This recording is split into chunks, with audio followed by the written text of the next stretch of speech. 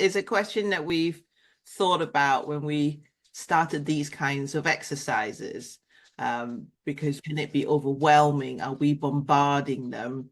And I don't think there's a definite answer. We can only connect in with how we're sensing it. A lot of this is around how we believe and what we experience. Of all the years that we've been doing these practice sessions with loads of different people in different experiences, we haven't come across a pattern where a student or a member would say, oh, I just couldn't connect with this animal because he's just feeling really distressed or overwhelmed because it feels like everyone's talking to him. I take that like a way of feeling reassured that is not happening. So that would be my first concern. Otherwise, I wouldn't want to run these kind of practices. It would feel really dishonoring. Then the other thing that led me to wonder about this is I believe that animal communication being telepathic, what does telepathy mean? What does energetic mean?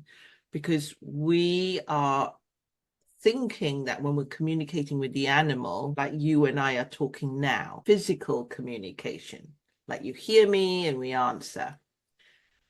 Telepathy to me is energy that holds all the information anyway. So I talk about our energy feel like a library.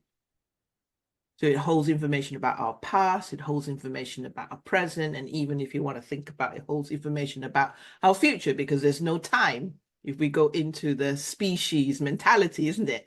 Anything and everything has already, like, it's already happening. We all have parallel lives and all of that.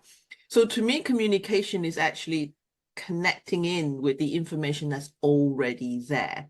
So that's why we can have different information between two people and one animal, because they don't just hold one piece of information. That's our approach with this, what we call the animal-led question, is that it's very different from, say, oh, I'm volunteering my animal because I want to ask them questions. We wanted to experiment.